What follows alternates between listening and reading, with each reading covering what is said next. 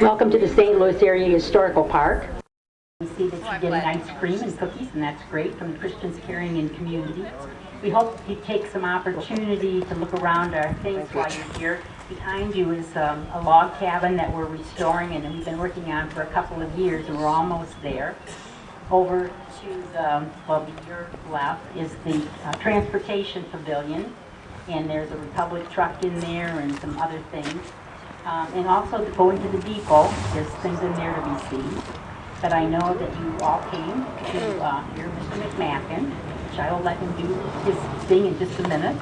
But I also wanted to tell you that Dave brought some of the books that he's written, and Virginia has them up here. And so if after Dave's presentation, if you want a book, you can come and get one. And as Virginia said, if you want it signed, just catch Dave. So, okay, thank you, Dave. Well, I want to apologize in case I start to cough. I have the summer crud, and my voice lowered, and I thought I was a lot sexier. But actually, it's just plain disgusting. So, well, we are remembering. I guess we're not celebrating, but we are remembering the 150th anniversary of the Civil War. And you probably will be reminded of one of the significant battles next week, especially because it will be the 150th anniversary of the Battle of Gettysburg, which was a turning point in the war. So, contrary to popular belief, I'm not talking about the Battle of Gettysburg. So I want to give people a chance to leave if you were thinking that was what you came for. So I don't know anything about the Battle of Gettysburg except it happened 150 years ago. I would like to talk about how Gratiot County was affected by the war, and especially using several important men who maybe weren't as important then but became important later. Those would be Ralph Ely, the founder of Alma, the Reverend Lafayette Church, a pastor and farmer from Arcata Township, and his son, Nathan Church. Those are the three. The reason is because they left diaries and letters, and so you really get to understand their personality. Camp life was troublesome in that when they didn't have anything to fight about or anybody to fight, they often had to fight illness. A lot of men were sick. Naturally, from where they were, they got malaria, chills and fever, but then they spread around a lot of other common diseases back then for which there was really no cure. Measles, smallpox, mumps, this would go through an entire camp. And a lot of guys over the course of the war spent an awful lot of time in the hospital, not because they'd been wounded, but because they were ill. Nathan Church, after Nathan was a young man, pretty impressive young man. He was sharp, he was handsome, he had a tremendous ability. And when Ralph Ely said, come and join up, he joined up right away. I think he'd had a little bit of college education, and he'd impressed adults in Arcata Township and Ithaca as a teenager. He was a pretty cool guy. And so he went. But after a few months, something happened to his feet, and he became lame, and he couldn't walk, and he knew that this would not be of any help in battle, so he resigned, left, and came back to the family farm in Arcata Township, and joined his father, Lafayette, and the other, oh man, I don't even know, 10 kids, maybe? Maybe only 9 at that point.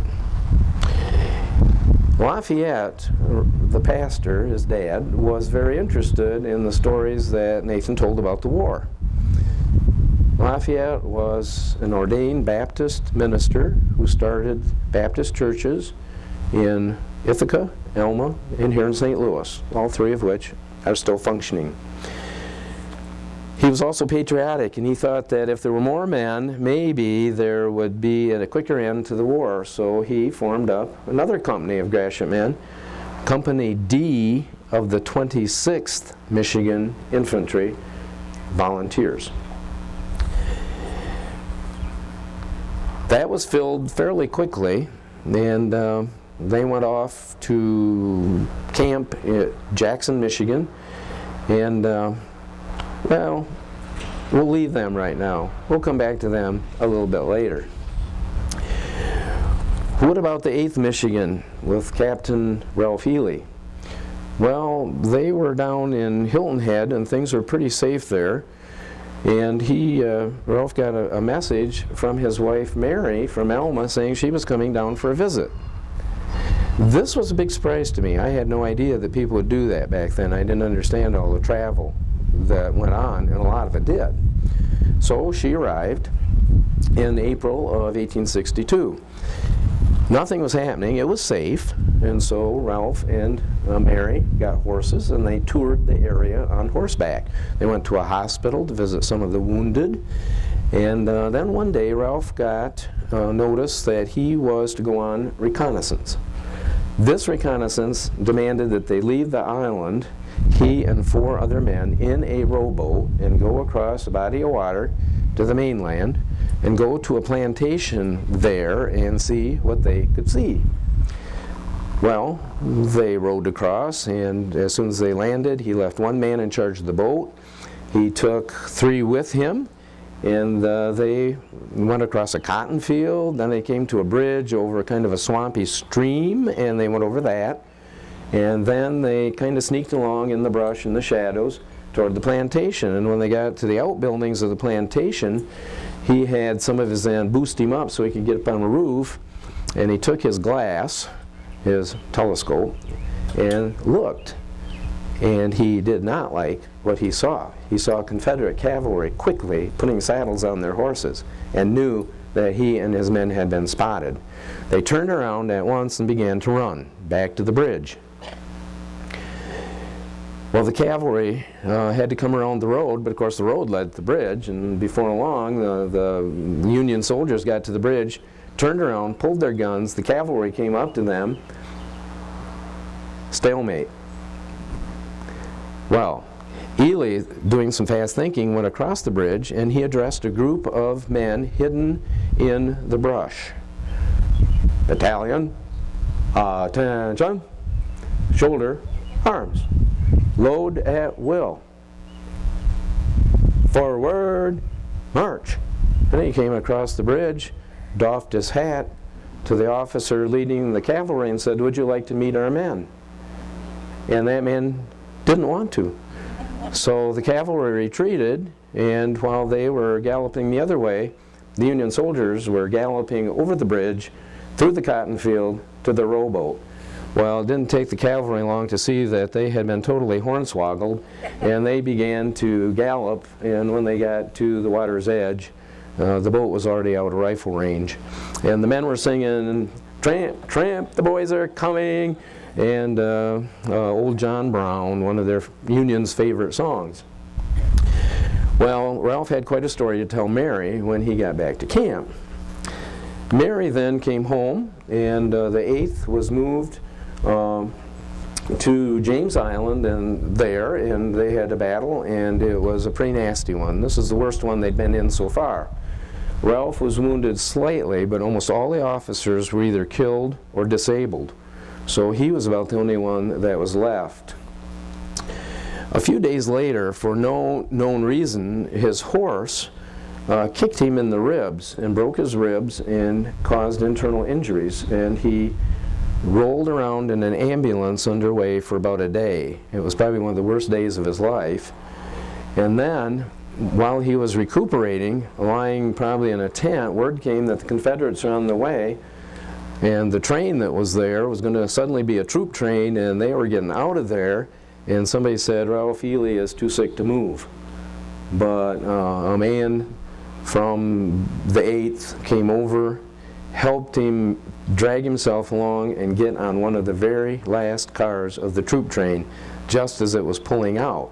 So he came very close, probably, to being captured.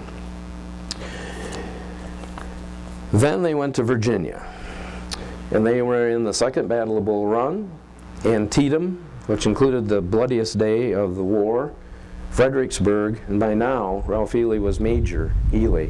So many officers had been killed. Well, things calmed down in Virginia, and Mary Ely decided she'd come back for another visit. And she brought with their 19-year-old son, Townsend Ely. Townsend wanted to join up, and his dad wouldn't let him. And the reason was, Townsend was in charge of the family affairs here in Gratiot County, farm, other enterprises, and Ralph needed him back here to run things, so he thought. I think he really just didn't want the kid there risking his life. Townsend Ely was a very capable young man, and just as a side note, the Ely Highway is named for Townsend Ely, who became State Highway Commissioner. Finally, Townsend was persuaded to come back to Gratiot County and bring Ralph Ely's favorite horse. I'm sure it was not the one that had kicked him in the ribs. I kept thinking, okay, if I was down in Virginia and my dad told me, take this horse to Michigan, what would I do? Now, that's quite a challenge. I assume that he put the horse on the train, and I assume he, at Lake Erie, probably put him on a steamboat. And then maybe he rode him up across Michigan. I don't know, but he got the horse here to their farm out in Arcata also. Then it was time for the 8th, the Wandering Regiment, to do some more wandering, and they moved to Kentucky. How did they do it from Virginia? They went by train through the Allegheny Mountains, which included some tunnels. At Pittsburgh, they boarded a steamboat that took them down the Ohio River. At Cincinnati, Mary had gone along for this, and she was heading home. Mary and Ralph parted. Mary would visit her parents, the Halsteads, who lived in Cincinnati. Ralph and his 8th Michigan, because he was now the commander of the entire regiment, headed down across Kentucky from Louisville and down across Tennessee, and they ended up at the siege of Vicksburg, Mississippi. Unfortunately, they had gone so fast that they did not have lighter uniforms during the summer in the South. It was blistering hot. Many fell because of sunstroke, and some died. Ralph was very happy to be released from that field of battle and be ordered to go on a steamboat and head up the Mississippi. They stopped at Tennessee, or at Memphis in Tennessee, and Ralph had the privilege of taking a bath and changing his underwear, and reported himself to be quite refreshed. And that would have just been common. There would not have been probably many opportunities to bathe. The 8th then went by train from Kentucky down into eastern Tennessee to Knoxville, where the action was. Ralph was not with them. He'd come back to Michigan. He had taken leave. I keep struggling with this, friends. I keep wanting to say he took a leave. And okay, at different times he obviously was in pain, but I don't think they had that back then. So during the month that he was home, he bought 2,000 acres of timber from lumberman Charles Merrill. He was planning for activities after the war. And then he got some recruits also, and he took them back. They went through Cincinnati. He stopped and stayed the night with his in-laws, and then they headed down to Knoxville. Well, the Confederates began to, in large numbers, come closer to Knoxville, and the Union soldiers who were outside of Knoxville went into the town, and before long they were surrounded and they were besieged. And it was cold, fairly cold weather, I think in the fall, and they didn't have good clothes, and they were running out of food, and they were getting pretty desperate. And the Confederates then heard that an even bigger group of Union soldiers were on the way, so they left off the siege and went away, and the 8th recovered. It was time for the 8th to take furlough, and a bunch of regiments were going to take furlough in the winter of 1863-64. They really didn't fight very much in the winter. They went into winter camp and just waited until things warmed up in the spring so they could start shooting at each other again. And furlough was the winter time. Well, the different regiments drew straws, and the 8th won. They got to go first. Well, it was a mixed blessing because that area of Tennessee and Kentucky had suffered a terrible ice storm, and it was very, very cold, and these 8th Regiment men had a 200-mile march on icy roads over the mountains of Tennessee and Kentucky. They camped out in the cold. They suffered, but they were headed home, and nothing was going to keep them from reaching Michigan.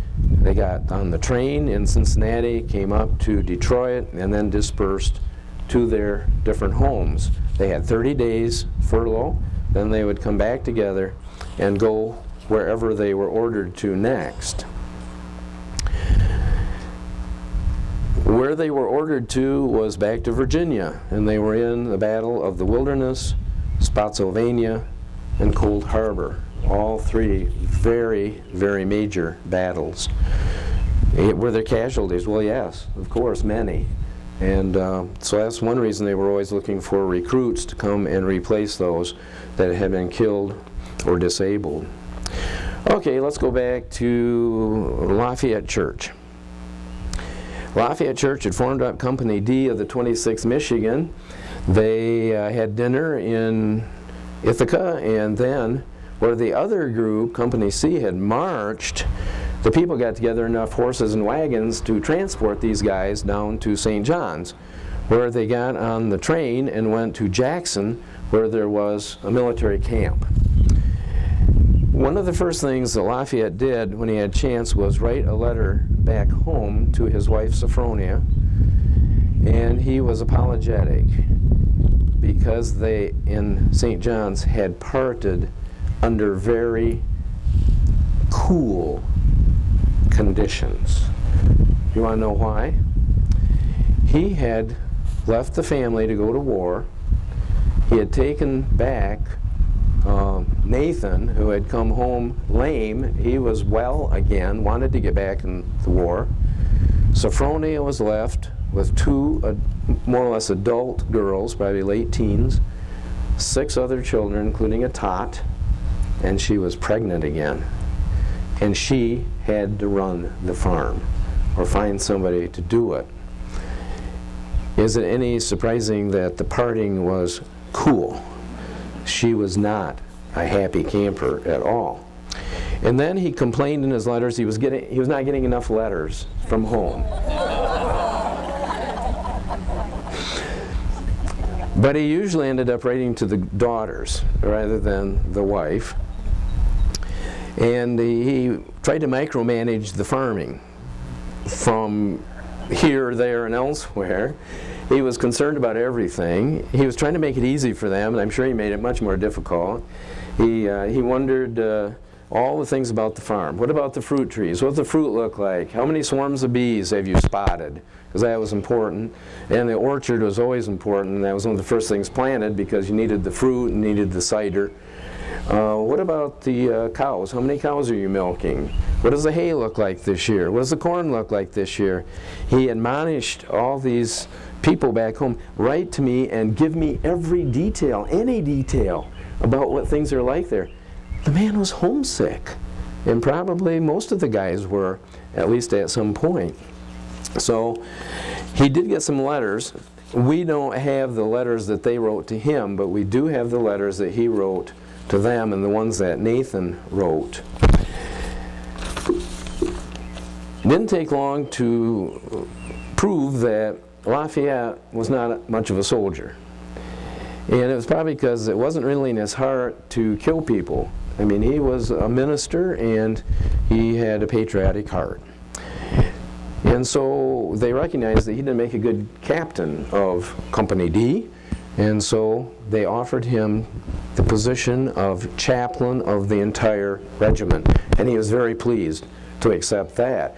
The one thing that was very important that allowed him safety. He did not have to be in the battle all the time, and he was keeping in mind the family back home, and he was responsible for them. He could have left and gone back home just by resigning, and that was fairly common. But he chose not to, not just because he didn't want to face Sophronia, but because he had incurred a series of debts from different people for different reasons, and His only hope of paying on those debts was his Army pay. And Nathan had bought a farm, he had a mortgage, he had to send money home, so when they got paid, they sent money home. And then Lafayette would write, apply this to such and such a debt, but don't give any to the other guy because of whatever reason he can wait. And then he said, sell some wheat, but get a good price for it. Don't sell more than you have to, but don't remain destitute. And he's like, okay, Reverend, make up your mind on this, you know, and get a little firm about it. Well, in due time, Sophronia gave birth to another boy, and she took up pipe smoking. He was scandalized. He was a Baptist pastor from the north. Now in the south it probably wouldn't have mattered, but in the north it did matter, and there wasn't anything you could do about it. He wasn't there. And Nathan wrote back to a sister and said, I hope she doesn't go crazy this time. I think she suffered from postpartum. And when he was leaving, she had that to look forward to because she was pregnant again, and now she had all this responsibility, and the pipe smoking apparently gave her some comfort. And you shouldn't have been surprised because her mother, who lived down the road, smoked a pipe.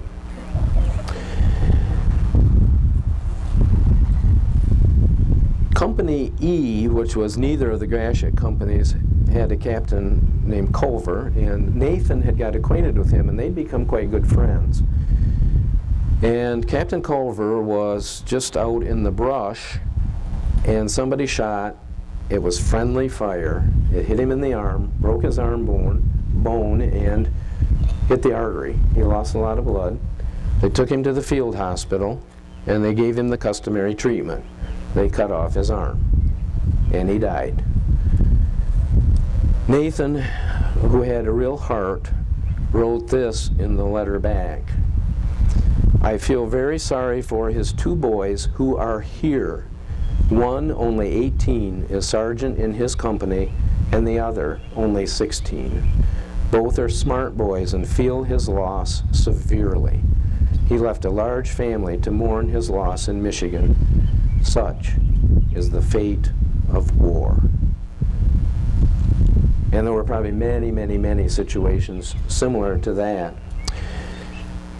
Well, in the spring of '63, Lafayette wrote home, I have a darky by the name of Joe to wait on me. Joe was a black boy of about 12. He had escaped from slavery. He took shelter with the Union Army. He was known as a contraband, and there he was protected, he was housed, he was fed, but he owed somebody some work. And so he became Lafayette's servant. Lafayette took real interest in him. Nathan did too, in improving the boy. He probably couldn't read or write, and so they were real interested in making things better for Joe. Well, then they got an alert in July of 1863. You're moving. The 26th Michigan is moving to New York City. New York City? A battle in New York City? Well, more or less. By that time, there were not enough volunteers, and so the government had instituted a draft. The draft did not go over well in New York City. There were a ton of guys there that did not want anything to do with the war. So mobs rioted. They destroyed the draft board offices. They looted. They burned. They caught Negroes and beat them up and killed them and said, you're the cause of this war. Well, the local authorities had to shoot into the mobs and kill people, and eventually they got control of it, but then they needed a cooling off time until people got used to this idea. So the 26th Michigan was one of those units that was sent to New York City to go on patrol to keep control of things. They bivouacked on Staten Island, took the ferry across for their patrols in New York City. Things got calmed down, but they were there for several months. At the end of it, they were going to be ordered back to Virginia, and Lafayette Church decided to take leave and come back to Michigan, and he brought Joe with him, with the intention of leaving Joe to help on the farm. And I don't know what Joe thought about it, but anyway, they came, and Joe was left at the farm. You probably wonder where was the farm. Well, it was out on what's now Van Buren Road, just west of the Bailey School. And Joe had responsibilities there, things he had to do. And then Lafayette would write back, and Nathan would write back and say, well, give a good word to Joe. How's Joe doing? What did the neighbors say? You know, how's Joe getting along with little brother Evelyn? Things like that. And then Lafayette wrote in the fall and said, Joe has to have boots and warm clothes. Winter's coming, so get them even if you have to borrow the money. So Joe had become virtually a family member, and he was loved and cared for. And in the winter, he was coming back from helping someone, and it was intense cold, and he frostbit his nose and his fingers. And that was about the last that we hear of Joe. I don't know if he stayed with the family, if he went back to Virginia after the war. He had family back there, and Joe was kind of a mystery, but certainly an interesting chapter in the Gratiot history of the war. Once these companies were sent to, the regiments were sent to Virginia, the 8th and the 26th were in camp not far from each other, and the soldiers could meet each other, all from Gratiot County, and intermingle and talk and sit around the campfire and you know, kind of reminisce, I guess, wonder what it's like, you know, what'd you hear, who'd you hear from, and all that kind of thing. But they were in the battles of Chancellorsville, the Wilderness, Cold Harbor, and then they were moved over to Petersburg, Virginia, which underwent a siege. The war was winding down, and when Petersburg would fall, that was a sign that it was there was probably going to be a surrender. Well, the 26th, Michigan, was right near Appomattox Courthouse when General Lee came to meet General Grant. And so they got a first-hand view. The 8th was down the road, and when word came out of the building that Lee had truly surrendered, a ripple of cheering went right down the road, and a diarist wrote down, Colonel Ely and some other officers made speeches. The war was over, and now was the time of adjustment, heading home. The 26th was mustered out in June, the 8th a month later, and they came back to Michigan. Ralph Ely came back. Mary had gone back for a visit, so they all came back to Michigan. Townsend had gone, and Ralph finally had let him join in the last, I don't know, a couple months of the war, so he could say he'd been in the war. And they all came back to Michigan, but Ralph and Mary then came back to South Carolina. Ralph had been breveted Brigadier General, and now he was the superintendent of the Freedmen's Bureau in South Carolina. It was his job to make sure that black people were settled on land that had been taken from white plantation owners so that these blacks could become farmers. This was a thankless job, and you can imagine the feeling in South Carolina as these white people saw their land taken away and given to their former slaves. He did the same thing in Florida, and after a few years came back to Michigan to be a businessman. Lafayette Church came back and he and Sophronia lived for many, many years. They had a long marriage. I don't think they had many more kids. I think they stopped at 10 or 11. Nathan Church, he had a reputation for being fearless. He would be right at the forefront of a charge on his horse, and people said he didn't care what happened to him. He was almost foolhardy. It's as if he was saying to the Confederates, I dare you, shoot me, shoot me. In all the battles that he was in, daring as he was never touched once. He came through hails of bullets, of shrapnel, and was never wounded. It's like he bore a charmed life. Well, he wanted to come back to Michigan, but he was on the staff of General Nelson Miles. Here was Colonel Church, very young colonel, and General Miles, a very young general, and General Miles recognized Church had talent. He wanted people like that because he'd been given a section of Virginia with occupying soldiers to keep the peace there during a transition time. Nathan Church finally gave in and stayed. He went to Fort Monroe and had charge of that, and its most famous prisoner, the former Confederate President Jefferson Davis, who was incarcerated at Fort Monroe. But he only stayed there for a few months before Nathan Church said, "I've had it, I've got to get back home." I think I know why. I don't know if this is written down anywhere, but I read between the lines, and you probably agree that I'm right. At some point he met a guy, a soldier, from Tecumseh, Michigan. And whether they came back on leave kind of together, probably so. And this guy said, "You need to meet my sister." So at some point, obviously, Nathan Church stopped in Tecumseh and met the sister, and boom, fireworks. So he had reason to come back because they were going to get married, and they did. And Nathan Church came back to Ithaca, where he became a significant businessman, but he made a lot of money, and they lived in Paris for a while. They had a home in Detroit. They were rich Gratiot people. There were some surprises to me as I studied this. One was there was a lot of travel back and forth. And I guess I had never thought about that. I thought they went off to war and they stayed there.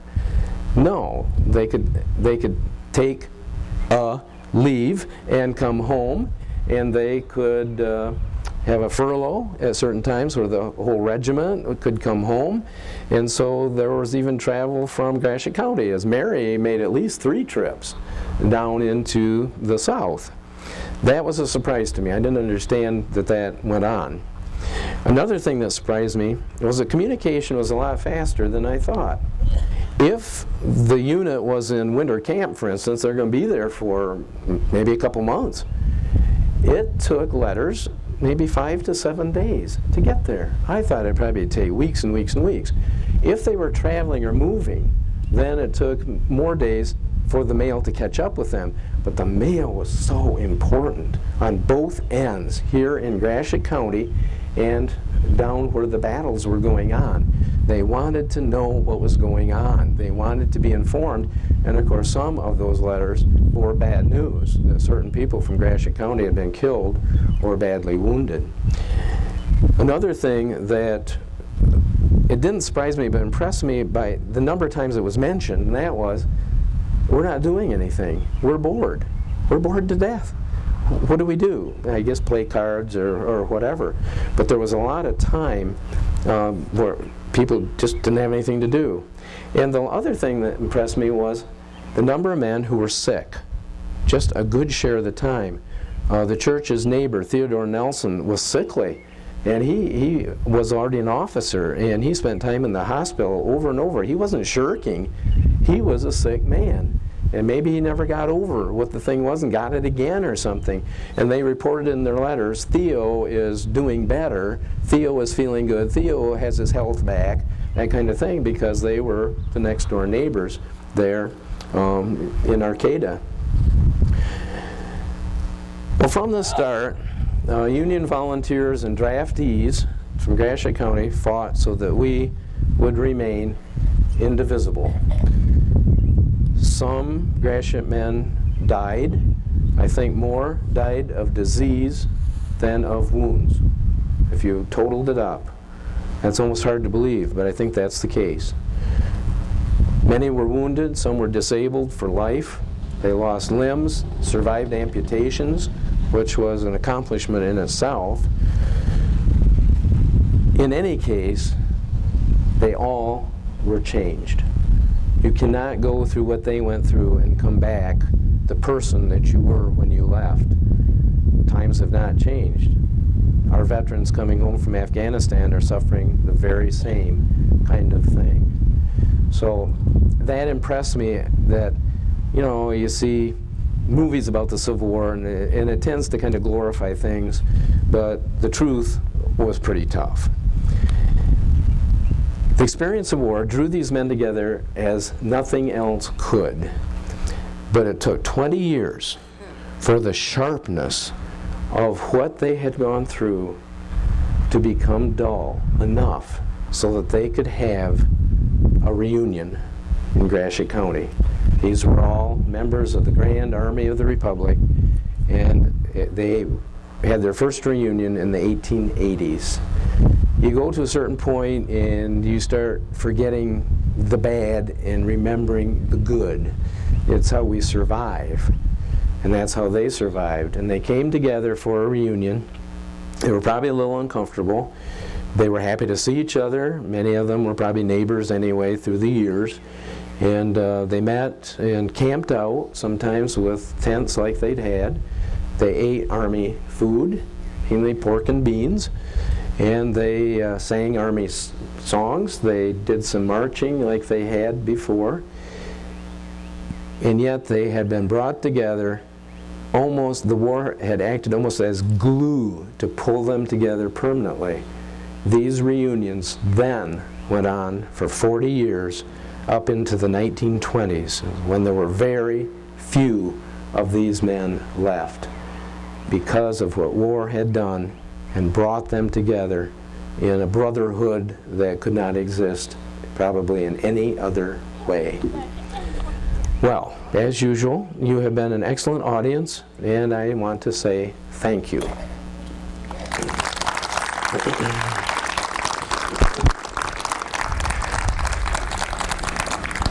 I'll be sure and get something to eat if you haven't. If you already have, by now it is settled, and it's time to get the second helping. If you need any books, they are here. They are the St. Louis books, and the new book on the first 25 years of Gratiot County called Taming the Wilderness. I'm proudest of that book, not just because it's long, but because it portrays Gratiot County in the early years. And friends, Gratiot County was a wild place, and it's all in that book.